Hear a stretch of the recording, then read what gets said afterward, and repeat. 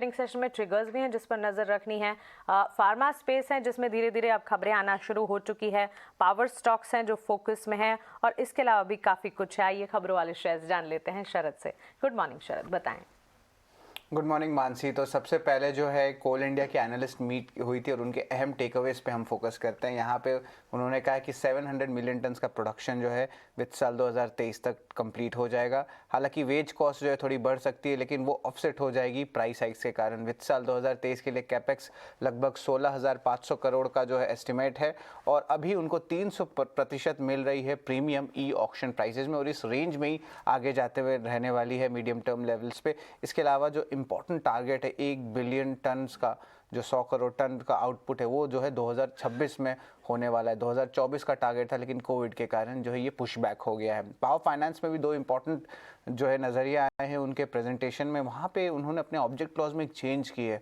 अब वो लेंड करेंगे लॉजिस्टिक्स और इंफ्रा सेक्टर में भी टू द एक्सटेंट जो परमिशन गवर्नमेंट ऑफ इंडिया दे सके। तो एक टाइप से एक ऑलरेडी एक सनराइज सेक्टर जो आप कह सकते हैं और यहाँ पे थोड़ी री रेटिंग देखने मिल रही है। तो ये बहुत इंटरेस्टिंग जो है डेवलपमेंट आ रही है पावर फाइनेंस से। येस बैंक भी फोकस में रहेगा। यहाँ पे रिपोर्ट्स आ रही है कि सेरेब्रस कैपिटल और आरसेल जो है उनके जो डिस्ट्रेस्ड एसेट लोन होते हैं उससे जो रेस है वो बाहर हो चुके हैं। लगभग 48,000 करोड़ का जो है ये उनका बैड लोन बुक है। इसका मतलब है कि जो बाइंडिंग ऑफर जेसी फ्लावर्स की तरफ से था एआरसी का अब उनको मिल जाएगा।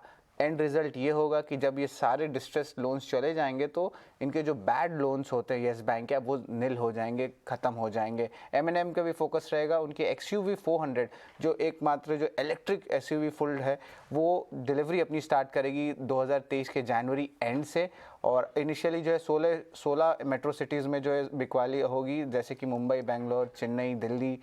PNC इंफ्राटेक अब फोकस में रहेगा। उनको एक हैम प्रोजेक्ट के साथ एक साइन की है NHAI के साथ, लगभग 1500 करोड़ का जो है ये डील है। संवर्धना मदनसन इंटरनेशनल फोकस में रहेगा।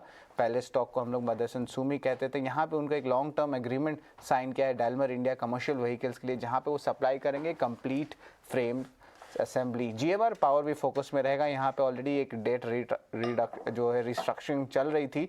अब यहाँ पे उनकी एक सब्सिडरी भी रिस्ट्रक्चर करने वाली है डेट, जहाँ पे जो कर्ज है अगले 15 साल में पे होने वाला है। वेबसॉप एनर्जी भी फोकस में रहेगा। यहाँ पे उन्होंने एक JV का करार किया है AMP एनर्जी के साथ जहाँ पे वो सोलर सेल्स बनाएंगे। लगभग 1.2 गीगावाट्स का कैपेसिटी रहेगा।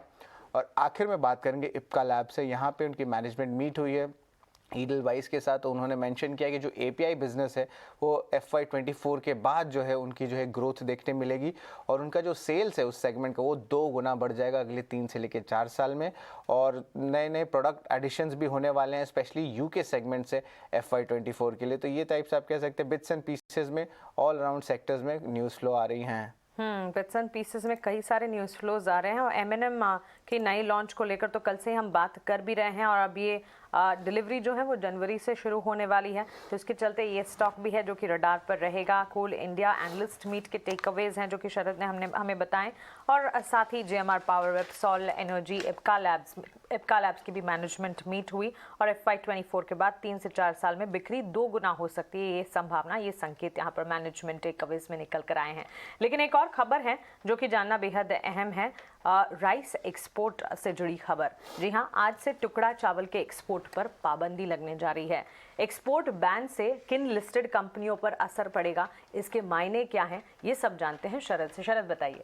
जी बिल्कुल। तो कल 2 अहम अनाउंसमेंट आए थे राइस स्पेस पे। यहाँ पे सबसे पहला है कि गवर्नमेंट ने प्रोहिबिट किया टुकड़े चावल का एक्सपोर्ट्स को, इसको ब्रोकन राइस भी कहते हैं और ये आज से इफेक्टिव हो जाएगा। और दूसरा एक और अनाउंसमेंट है कि 20% का एक्सपोर्ट ड्यूटी लगा दिया है नॉन बासमती राइस के कुछ सेगमेंट्स में, जैसे कि आप कह सकते हैं आप मिलेट्स वाले राइस हुए या ब्राउन राइस हुए। तो 2-3 कैटेगरीज लगाए गए हैं। हालांकि बासमती सेगमेंट पे जो है कोई अनाउंसमेंट नहीं आया है, कोई कर्व नहीं आया है और इसके कारण जो है जो इम्पैक्ट जो है ऑफकोर्स अगर ग्लोबली देखें तो एक ग्लोबल प्राइस राइज हो सकता है और एक फूड स्कैरसिटी भी आ सकती है डेवलपिंग नेशंस में। तो ये बहुत इंपॉर्टेंट स्टेटमेंट आया गवर्नमेंट से। लेकिन जो इम्पैक्ट बात करें बाजार में लिस्टेड प्लेयर्स के फोकस में ऑफकोर्स 2 स्टॉक्स रहने वाले L&T फूड्स और KRBL।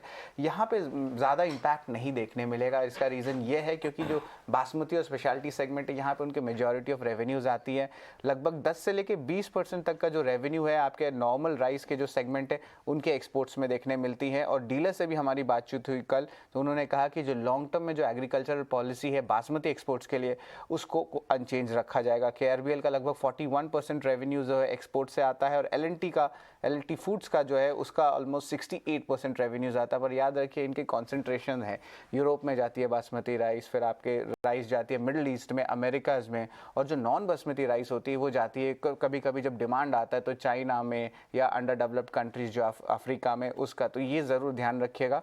और KRBL मैनेजमेंट ने भी हमारी सिस्टर चैनल से बातचीत की और उन्होंने कहा कि डिमांड जो बासमती राइस की है ऑफकोर्स एक्सपोर्ट मार्केट में बहुत स्ट्रांग हो गई है, बिकॉज आप कह सकते हैं कि वीट का सप्लाई कम हो गया यूरोप में, तो एक टाइप से आप कह सकते हैं राइस का डिमांड बढ़ गया है। और इसके अलावा बासमती राइस जो है फ्री ट्रेड में ही रहने वाली है और बासमती राइस के जो प्राइसेस होते हैं वो लगभग 3 से लेकर 3.5 गुना ज़्यादा होते हैं एक नॉर्मल प्राइस से। और अभी तक जो रेन डेफिशिएंसी है उसके कारण बासमती राइस के प्रोडक्शन को इम्पैक्ट नहीं हुआ है।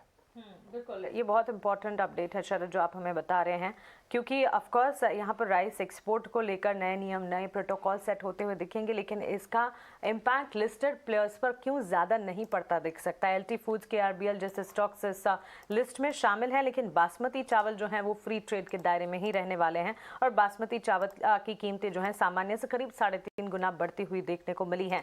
ये जो दोनों कंपनियां हैं वो ज़्यादातर बासमती चावल में ही कामकाज करती है और इसी के चलते इनफैक्ट एक्सपोर्ट ज़रूर हैं। LT फूड्स की भी अगर बात करें, एक्सपोर्ट से 68% रेवेन्यूज़ जनरेट होते हैं और KRBL से भी एक्सपोर्ट से करीब 41% रेवेन्यूज़ जनरेट होते हैं। लेकिन बावजूद इसके, क्योंकि टुकड़ा चावल जो हैं उसके एक्सपोर्ट पर बैन की यहाँ खबरें आ रही हैं, इन दोनों कंपनियों पर इतना इम्पैक्ट पड़ता हुआ नहीं दिखेगा। इस खबर पर हमें फोकस करना होगा। आज राइस स्टॉक्स किन लेवल्स पर ट्रेड करते हैं इस पर भी हमारी नज़र रहेगी। लेकिन चलिए